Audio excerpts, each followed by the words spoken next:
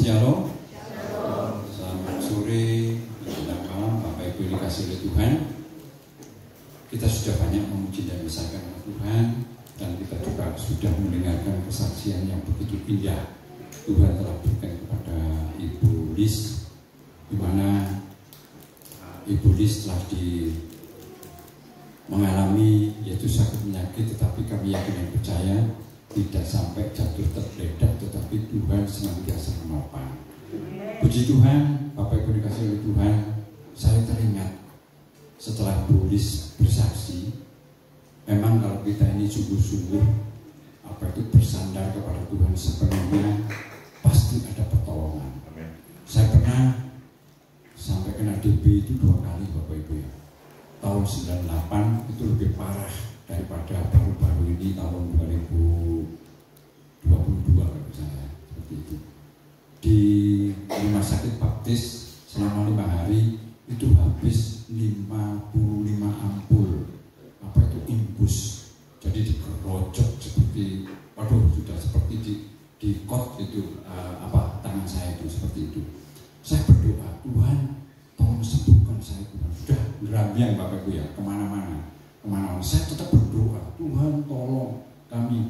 Ini mau Natal Tuhan, waktu itu Desember Bapak Ibu ya, Desember, dan beberapa hari saya juga ikut kur kaum Bapak di Batu sana, waktu itu di Gedung Immanuel. Nah, saya berdoa. Setelah itu malam itu saya waktu itu dijaga oleh almarhum Bapak Rahmat pada waktu itu. Malam itu saya terasa kaki saya ini dipegang begini, mulai dari bawahnya perut terus sampai ke bawah, sampai di telapak kaki. Saya bangun, Pak Rahmat tidak ada. Saya lihat orangnya itu di luar, memang di luar. Saya di dalam itu sendiri. Memang saya diasingkan satu ruang begitu, nggak boleh campur sama orang lain, nggak boleh. Bahkan itu aja langsung dibuatkan ditutup semua dengan dengan ram yang kecil itu. Jadi nggak boleh di situ. Nah, apa yang terjadi Bapak Ibu kasih Tuhan? Setelah saya jamah, saya pikir masa rumah sakit sekian besarnya ini ada hantunya. Saya pikir gitu. Tapi itulah Tuhan bekerja dengan luar biasa. Kalau kita mau percaya dengan sungguh-sungguh, sekalipun kita ini mengalami masalah, kesulitan, tapi Tuhan akan senantiasa tetap menolong kita. Inilah Bapak Ibu dikasih oleh Tuhan. Kita semakin dekat kepada Tuhan itu bukan semakin kita hidupnya nyaman, tidak ada masalah, tidak ada kesulitan, enggak Bapak Ibu. Semakin kita dekat kepada Tuhan, kita masalah itu silih berganti. Tetapi kuasa Tuhan itu bekerja dengan luar biasa. Di tengah-tengah kita menderita, di tengah-tengah kita mengalami masalah, pertolongan Tuhan itu hadir di tengah-tengah masalah yang sedang kita hadapi. Nah, memang Tuhan itu, cara Tuhan itu seperti itu. Ya, kalau kita ini hidup enak-enak terus, santai-santai terus, apa enak aja dari orang Kristen itu enak dan lain sebagainya, kita gak akan melihat pertolongan Tuhan yang luar biasa.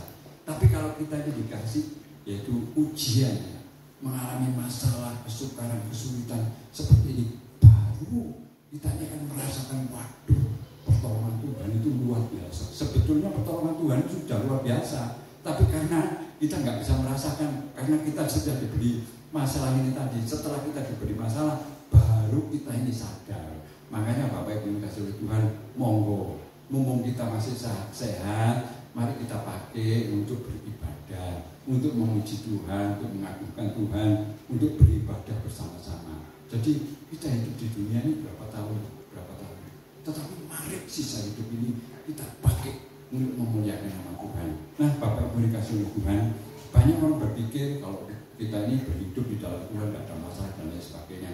Itu salah Bapak Ibu, salah. Masalah apapun yang sedang kita alami, penderitaan apapun yang sedang kita alami, Tuhan sanggup menolong kita. Amen. Tuhan sanggup memberikan jalan keluar. Tuhan sanggup memberikan kekuatan kepada kita. Sekalipun kita mengalami masalah yang sangat berat, tapi Tuhan memberikan kekuatan kepada kita. Kita selalu dihibur dengan dengan kuasa Tuhan. Kalau kita mau dekat sama Tuhan, masalah kita bawa kepada Tuhan. Tuhan tidak akan biarkan kita.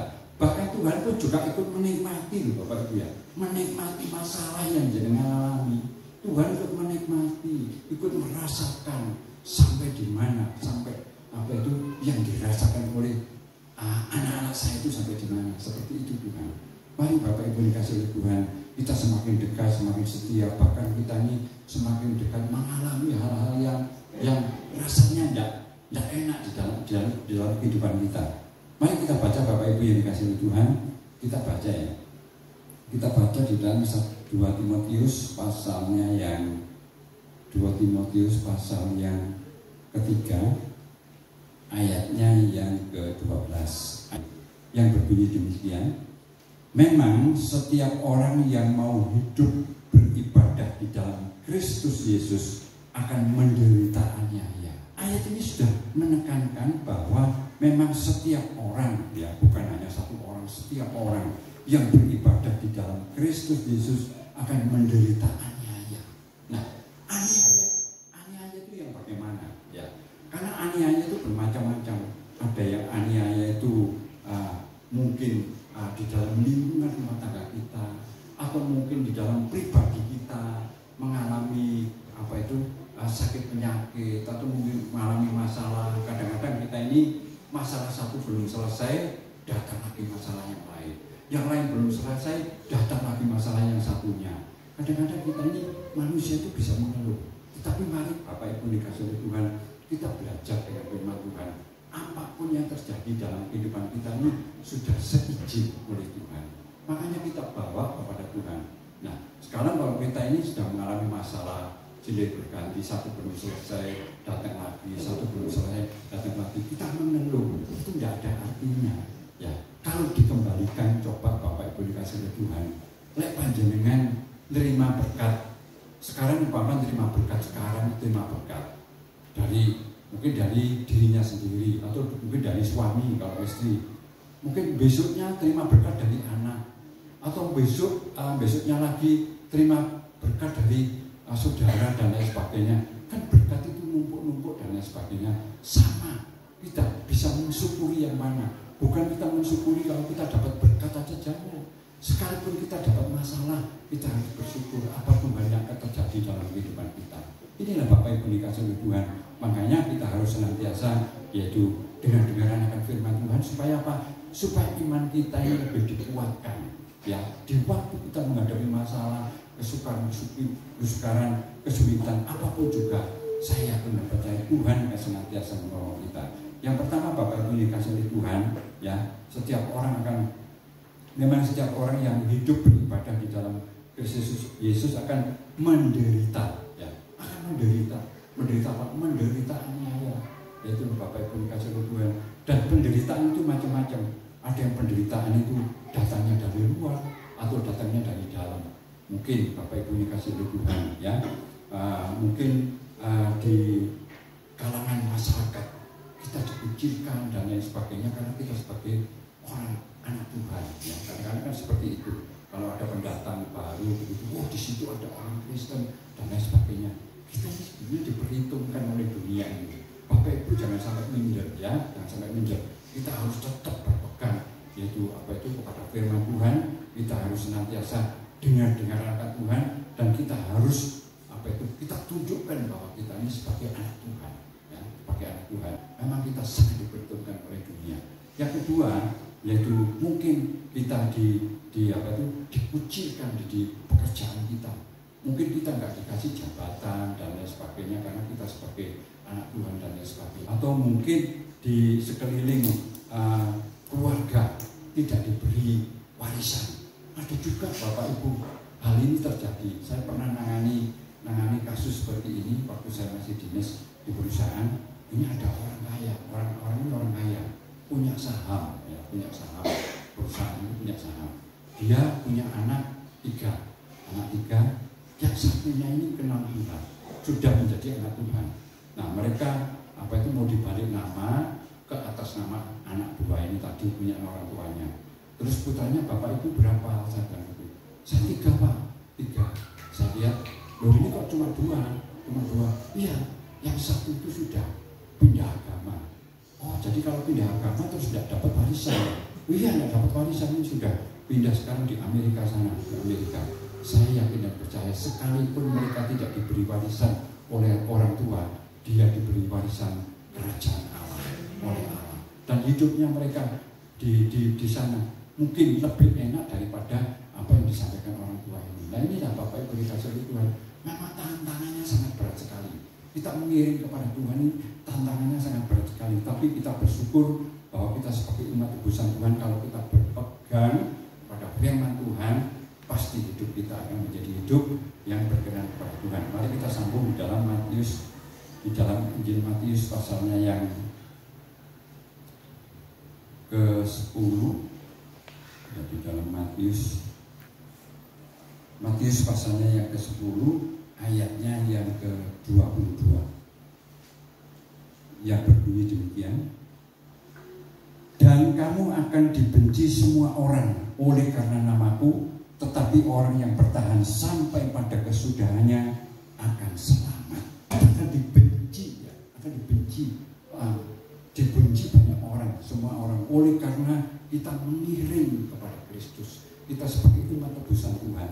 Tetapi orang yang bertahan sampai pada kesudahannya akan selamat. Artinya kita akan diselamatkan oleh Tuhan kalau kita bertahan sampai akhir, yaitu akhir apa? Akhir hidup kita, ya, sampai kita akhir hayat hidup kita di dalam dunia ini, kita akan diselamatkan oleh Tuhan. Untuk itu Bapak Ibu dikasihi oleh Tuhan, sekalipun masalah, kesukaran, kesulitan apapun yang sedang kita alami, mari sekalipun kita menderita, kita tetap berpandang kepada Tuhan, tetap kita setia mengiring kepada Tuhan. Memang Bapak Ibu dikasihi oleh Tuhan, kalau kita rasakan memang tidak enak, tetapi mari inilah firman Tuhan. Kalau kita mau dengarkan firman Tuhan, Tuhan itu tidak akan tinggal diam, ya. Sekarang kalau bapak itu sudah bilang sama anak, iki lo turun ke Wonrono, padahal itu tempatnya itu tempat bahaya. Tapi kalau orang tua yang nyuruh, pasti tidak akan dibiarkan, pasti selalu dikawal oleh orang tua itu, ya, pasti dikawal. Dan orang tua sudah memperhitungkan, wah nanti kalau anak saya ke sana pasti aman dan lain sebagainya. Seperti itu Bapak Ibu yang dikasihi Tuhan. Mari sekalipun ayat ini mengatakan demikian, mari kita tetap setia mengiring kepada Tuhan dan kita setia sampai akhir hayat kita. Supaya apa? Supaya Tuhan senantiasa memimpin setiap langkah kehidupan kita. Bukan itu aja Bapak Ibu yang dikasihi Tuhan. Mari kita sambung, kalau kita sambung di dalam masih tetap di dalam 2 Timotius tadi, ya. Kalau kita sambung di dalam 2 Timotius pasal yang ke-4 ayatnya yang ke-5 bagian A, yang berbunyi demikian.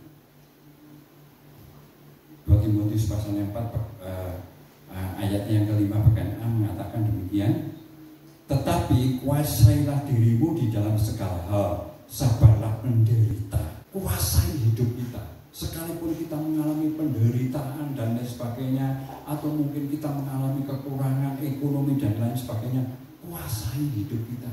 Jangan sampai iman kita ini sampai kita tukarkan dengan hal-hal yang lain. Tetapi mari apapun yang terjadi dalam kehidupan kita, ayat ini mengajarkan kepada kita pada malam hari ini supaya menguasai diri, supaya diri kita ini bisa kita kuasai.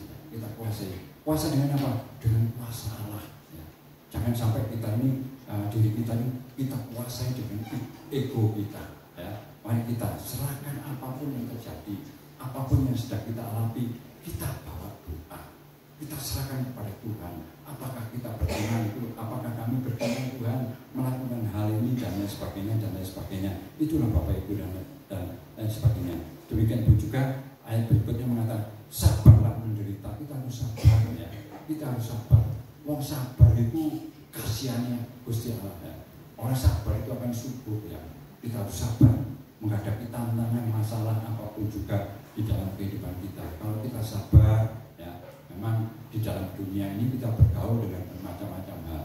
Kita harus senantiasa belajar sabar, ya.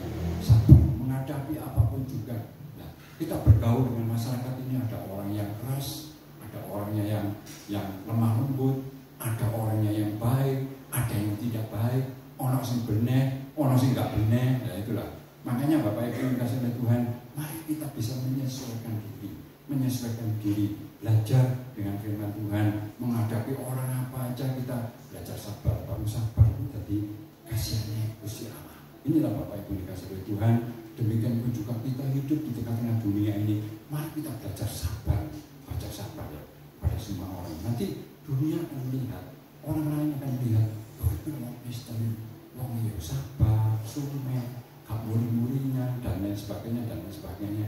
Bukan diri kita yang nampak, nanti Kristennya, ya Yesusnya nampak dalam kehidupan kita. Inilah Bapak Ibu dikasih oleh Tuhan supaya kita ini bisa diterima dimanapun kita bisa diterima, bergaul dengan orang apa bisa diterima. Inilah yang dikehendaki Tuhan seperti itu, ya supaya kita banyak bentuk kesaksian itu juga banyak. Seperti itu juga termasuk kesaksian, ya. Jadi banyak kesaksian. Itu tetap sekalipun kita menderita, kita tetap setia mengiring kepada Tuhan. Kita sambung dalam 2 Korintus Bapak Ibu ya. 2 Korintus pasal yang ke-4. 2 Korintus pasal yang ke-4 ayatnya yang ke-17. 2 Korintus pasal yang ke-4 ayat 17 yang berbunyi demikian. Sebab penderitaan ringan sekarang ini mengerjakan bagi kami kemuliaan kekal yang melebihi segala-galanya, jauh lebih besar daripada penderitaan kami. Bapak Ibu dikasih oleh Tuhan, di mana Rasul Paulus telah menasihatkan kepada sedang jemaat di Korintus bahwa penderitaan Rasul Paulus ini adalah penderitaan yang ringan yang kita alami saat ini adalah penderitaan yang ringan yang mengerjakan bagi kemuliaan yang kekal yang melebihi segala-galanya, jauh lebih besar daripada penderitaan kami. Nah inilah penderitaan yang ada di dalam dunia ini adalah penderitaan yang ringan, tidak sebanding dengan nanti apa itu kemuliaan yang Tuhan siapkan kepada kita.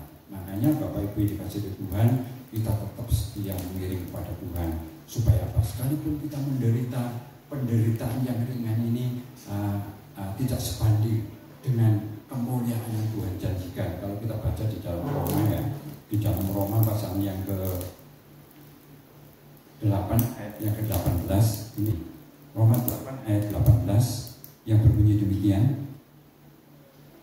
Sebab aku yakin bahwa penderitaan zaman sekarang ini tidak dapat dibandingkan dengan kemuliaan yang akan dinyatakan kepada kita, ya. Jadi penderitaan yang sedang kita alami ini tidak sebanding dengan kemuliaan yang Tuhan janjikan kepada kita. Ya, ini makanya Bapak Ibu dikasih oleh Tuhan, sekalipun kita menderita tetap kita setia, tetap kita mengiring kepada Tuhan, ya. Jangan sampai penderitaan karena kita menderita kita tidak mendekatkan diri kepada Tuhan. Jangan. Kita semakin dekat kepada Tuhan, ya, semakin ada pertolongan di dalam kehidupan kita, ya. Hanya dekat Allah saja aku tenang. Raja Daud telah mengatakan demikian. Untuk itu kalau kita ingin tenang, sekalipun kita ada masalah, kesukaran, kesulitan, penderitaan dan sebagainya, tetap kita setia mengiring kepada Tuhan, tetap kita dekat kepada Tuhan. Inilah Bapak Ibu dikasih oleh Tuhan. Jangan kita melihat yaitu penderitaannya, tetapi mari kita melihat kemuliaan yang Tuhan janjikan kepada kita. Inilah, jadi janji Tuhan ini harus kita pegang, bahwa kemuliaan yang akan kita rasakan di kemudian hari, ya, kemuliaan yang bagaimana yang akan dinyatakan Tuhan kepada kita. Mari Bapak Ibu kita baca di dalam Kolose pasal yang ketiga, di dalam Kolose pasal yang ketiga ayatnya yang keempat yang berbunyi demikian. Apabila Kristus yang adalah hidup kita nyatakan diri kelak, kami pun akan menyatakan diri bersama-sama dengan Dia di dalam kemuliaannya. Inilah Bapak Ibu dikasih Tuhan. Jadi bahwa apabila Kristus yang adalah hidup kita ini bukan hidup kita lagi, tapi Kristus yang ada di dalam kehidupan kita. Ya kan, kita ini sudah ditebus dengan darah daripada Kristus, dan kita ini bukan milik kita sendiri, kita ini adalah milik Kristus, dan Kristus ada di dalam kehidupan kita, ada dalam kehidupan kita. Menyatakan diri kelak, kamu pun akan menyatakan diri bersama-sama dengan Dia di dalam kemuliaan. di mana Tuhan berada, kita nanti juga berada di sana. Inilah Bapak Ibu dikasihi Tuhan. Makanya janji Tuhan itu harus senantiasa kita pegang. Firman Tuhan kita pegang. Dan bukan sekedar, di mana ada ayat Yakobus 1:22 mengatakan, bukan sekedar kita senang mendengarkan firman, tetapi kita harus belajar menjadi pelaku-pelaku firman Allah. Kita mengambil satu keputusan, kita harus menjadi pelaku-pelaku firman Allah. Ya memang jadi pelaku firman Allah itu rasanya tidak enak ya. Kadang-kadang bertentangan dengan ego kita, bertentangan dengan pikiran kita. Tapi inilah apa yang Tuhan sediakan di dalam kehidupan kita, janji daripada Tuhan yang berikan kepada kita. Untuk itu, mari Bapak Ibu dikasihi oleh Tuhan, supaya kemuliaan itu adalah menjadi milik kita. Ya, sampai nanti sekalipun kita menderita di dalam dunia ini, tetapi kami yakin dan percaya kemuliaan yang Tuhan janjikan itu akan kita rasakan di dalam kehidupan kita. Bukan itu aja, kemuliaan yang bagaimana dan janji Tuhan yang bagaimana. Ini sering kita dengar Bapak Ibu dikasihi Tuhan, sering kita dengar. Bahkan ayat ini menjadi ayat hafalan juga. Kalau kita baca di dalam Yohanes pasal 14 ayatnya yang pertama, ini yang Tuhan janjikan kemuliaan di dalam kehidupan kita, yaitu di dalam Yohanes pasal yang ke-14 ayat yang terakhir, pasal 14 ayat yang pertama sampai dengan ayat yang ketiga. Janganlah gelisah hatimu, percayalah kepada Allah, percayalah juga kepadaku. Sekalipun kita menderita di dalam dunia, janganlah gelisah hatimu, ya. Jangan gelisah hati kita, dan percayalah kepada Allah dan percayalah kepadaku, yaitu percayalah kepada Tuhan Yesus. Maka serahkan sepenuhnya hidup kita kepada Tuhan. Di rumah Bapakku banyak tempat tinggal. Jika tidak demikian, tentu aku mengatakannya kepadamu, sebab aku pergi ke situ untuk menyediakan tempat bagimu. Nah inilah, bayangkan Bapak Ibu dikasihi oleh Tuhan, kita ini sudah disediakan tempat di sana, ya, oleh Tuhan.